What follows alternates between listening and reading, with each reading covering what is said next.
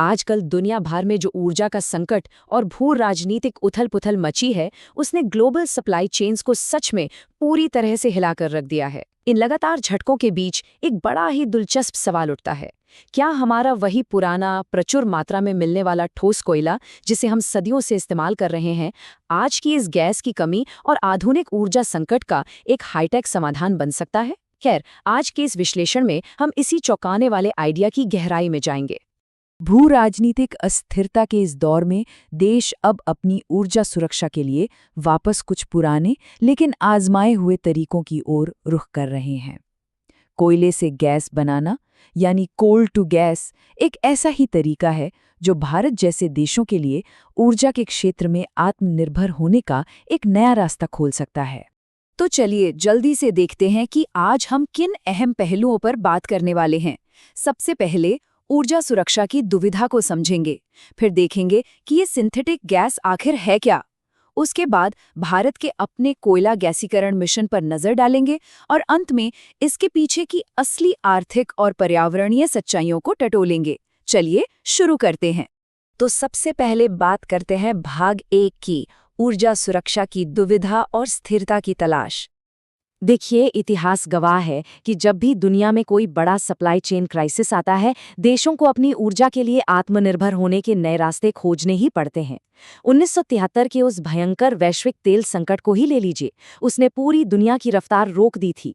लेकिन उसी के तुरंत बाद 1974 में भारत की ईंधन नीति समिति ने तेल के विकल्पों की तलाश शुरू कर दी। और मजे की बात देखिए, इसका नतीजा क्या निकला? कोलकाता का दानकुनी कोल कॉम्प्लेक्स, जिसने 1990 के दशक में गैस का उत्पादन भी शुरू कर दिया। मतलब जरूरत पड़ने पर इतिहास खुद को दोहराता जरूर है। अब जरा भारत की ऊर्जा भूख के इस आंकड़े पर गौर करते हैं। 1.5 अरब टन, ये कोई छोटा मोटा नंबर नहीं है। अनुमान है कि 2030 तक भारत में अकेले कोयले की मांग इस चौंकाने वाले आंकड़े तक पहुंच जाएगी। और ऐसा हो भी क्यों ना?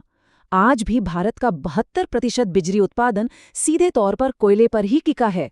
हमारे घर, उद्योग, कारखाने सब कुछ इसी से चलते हैं। ये स्केल वाकई बहुत विशाल है। लेकिन हमारे पास एक बहुत बड़ा ट्रम्प कार्ड भी है। अप्रैल 2025 तक के अनुमान बताते हैं कि भारत के पास लगभग 401 अरब टन कोयले का भंडार है, दुनिया के सबसे बड़े भंडारों में से एक। अब असली पहेली ये है कि इतने विशाल संसाधन का इस्तेमाल कैसे किया जाए, वो भी बिना इसे पारंपरिक तरीके से जलाए और बिना पर्यावरण को नुकसान पहुंचाए। और यहीं से हम आते हैं अपने दूसरे भाग पर, सिंथेटिक गैस क्या है। चलिए इस रसायन विज्ञान के जादू को समझते हैं। सिंथेटिक प्राकृतिक गैस, या शॉर्ट में कहें तो SNG, यह असल में मुख्य रूप से मीथेन से बनी एक ईंधन गैस है। इसे समझना बड़ा ही दिलचस्प है। इस प्रक्रिया में होता क्या है कि ठोस कोयले को रासायनिक स्तर पर तोड़ा जाता है, बिल्कुल लेगो ब्लॉक्स की तरह, और फिर उन टुकड़ों को फिर से जोड़कर एक ऐसी गैस बना दी जाती है जो सीधे पाइपलाइन में जाने के लिए पूरी तरह से तैयार होती है। है ना कमाल की टेक्निक? ड्यूक यूनिवर्सिटी का ये डायग्राम इस प्रक्रिया को बहुत अच्छे से समझाता है। इस हाइड्रोगैसीकरण प्रक्रिया में कोयले की सीधी प्रतिक्रिया हाइड्रोजन के साथ कराई जाती है, और इस रिएक्शन से क्या बनता है? मीथेन और कार्बन मोनोऑक्साइड। देखा जाए तो ये एक बेहद ही उन्नत स्तर की केमिकल इंजीनियरिंग है, जो सचमुच एक भारी ठोस पत्थर जैसी चीज को एक उपयोगी गैस में बदल देती है। भारी तकनीकी शब्दों में न उलझते हुए इस भारी भरकम रसायन विज्ञान को हम 3 आसान स्टेप्स में बांट सकते हैं। स्टेप 1, गैसीकरण। यहाँ कोयले को भाप, ऑक्सीजन या हाइड्रोजन के साथ रिएक्ट कराया जाता है। स्टेप 2, गैस की सफाई। इसमें से सल्फर जैसे फालतू और हानिकारक तत्वों को हटाया जाता है। और फाइनल स्टेप 3, मीथेनेशन, जहाँ इस साफ की गई गैस को मुख्य रूप से मीथेन में बदल दिया जाता है। बस इसी तरह तैयार होती है सिंथेटिक गैस। अब आगे बढ़ते हैं भाग 3 की तरफ, भारत का कोयला गैसीकरण मिशन। देखते हैं कि ये नीति जमीनी स्तर पर कैसे काम कर रही है। राष्ट्रीय कोयला गैसीकरण मिशन का स्केल सच में बहुत विशाल और महत्वाकांक्षी है। आत्मनिर्भर भारत अभियान के तहत भारत ने 2030 तक 100 मिलियन यानी 10 करोड़ टन कोयले को गैस में बदलने का एक बहुत बड़ा लक्ष्य रखा है। ऊर्जा उत्पादन की दिशा में ये यकीनन एक बहुत बड़ा और ऐतिहासिक कदम है। इस मिशन को जमीन पर उतारने के लिए सरकार ने कई बड़े कदम उठाए हैं, निष्पक्ष रूप से देखें तो कैबिनेट ने इसके लिए 8,500 करोड़ रुपए के बजट को मंजूरी दी है। और ध्यान देने वाली बात यह है कि यह सिर्फ सतह वाले कोयले के लिए नहीं है, बल्कि अंडरग्राउंड कोल गैसिफिकेशन यानी यूसीजी पर भी विशेष ध्यान दिया जा रहा है, ताकि जमीन की गहराई में छिपे कोयले का भी इस्तेमाल हो सके। हाल ही में 21 ऐसी खदानों की नीलामी भी की गई है। इसके साथ ही राजस्व हिस्सेदारी में 50% तक की छूट जैसे बड़े प्रोत्साहन भी दिए जा रहे हैं।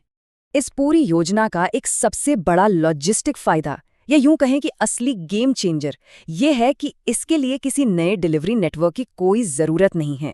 इस एसएनजी गैस को परिवहन करने के लिए प्राकृतिक गैस की जो मौजूदा पाइपलाइंस हैं, उन्हीं का इस्तेमाल किया जा सकता है। इसका सीधा मतलब है कि नया इंफ्रास्ट्रक्चर बनाने का जो अरबों का खर्च और दशकों का समय लगता, वो पूरी तरह बचाता है। खैर, अब आते हैं भाग 4 पर, आर्थिक और पर्यावरणीय वास्तविकताएं। सरकारी नीतियों से हटकर चलिए कुछ कड़वे सच का भी सामना कर लेते हैं। विज्ञान और अर्थशास्त्र के नजरिए से देखें तो इस तकनीक के अपने नफे नुकसान हैं। एक तरफ ये हमारी ऊर्जा आत्मनिर्भरता को बहुत बढ़ाता है और हमारे मौजूदा गैस इंफ्रास्ट्रक्चर का बेहतरीन इस्तेमाल करता है, लेकिन दूसरी तरफ इसके कुछ बेहद गंभीर नुकसान भी हैं।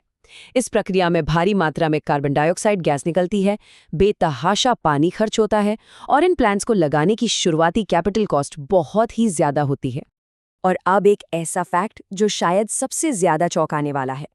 कोयले से एसएनजी बनाने की इस पूरी प्रक्रिया में असल में कोयले को सीधे जलाने की तुलना में कई ज्यादा कार्बन डाइऑक्साइड पैदा होती है। जी हाँ, ये बिल्कुल सच है। इसीलिए अगर इस तकनीक को अपनाना है तो कार्बन कैप्चर एंड स्टोरेज यानी उत्सर्जित कार्बन को पकड़कर सुरक्षित स्टोर करने की तकनीक सिर्फ एक विकल्प नहीं, बल्कि बिल्कुल अनिवार्य हो जाता है। और सिर्फ हवा ही नहीं, पानी भी एक बहुत बड़ा मुद्दा है। 1979 में हाई कंट्री न्यूज का ये कोटेशन आज भी 100% प्रासंगिक है। गैसीकरण में अथाह पानी की जरूरत होती है। भारत के कई राज्यों में जहां पहले से ही पानी की भारी किल्लत है, वहां इस तकनीक को लगाना एक बहुत बड़ी भौगोलिक और पर्यावरणीय चुनौती साबित हो सकता है। अब जरा ड्यूक यूनिवर्सिटी की रिसर्च के आधार पर इसके अर्थशास्त्र को भी समझ लेते हैं। कोयले से एसएनजी बनाना आर्थिक रूप से तभी फायदेमंद है जब बाजार में नेचुरल गैस की कीमतें आसमान छू रही हों। अगर भविष्य में कार्बन उत्सर्जन पर कोई टैक्स या जुर्माना लगता है तो बिना कार्बन कैप्चर तकनीक के ये एसएनजी बहुत ज़्यादा महंगी पड़ेगी। हाँ, अगर इस प्रक्रिया से निकली हुई CO2 को तेल कंपनियों को एनहांस्ड ऑयल रिकवरी के लिए बेच दिया जाए तो इसके अर्थशास्त्र में ज़रूर काफ़ी सुधार आ सकता है। तो ये पूरी चर्चा एक बात तो बिल्कुल साफ कर देती है कि ऊर्जा का कोई भी विकल्प पूरी तरह से परफेक्ट या मुफ्त नहीं होता। और इसके साथ ही हम वापस 1973 के उसी ऐतिहासिक दौर की यादों में पहुंच जाते हैं, जो एक बहुत ही अहम सवाल खड़ा करता है। क्या ऊर्जा में पूरी तरह आत्मनिर्भर होने की यह चाहत उस भारी पर्यावरणीय कीमत को चुकाने के लायक है? ये एक ऐसा बड़ा और गंभीर ट्रेड ऑफ है जिस पर पूरी दुनिया को आने वाले समय में मिलकर गहराई से सोचना होगा।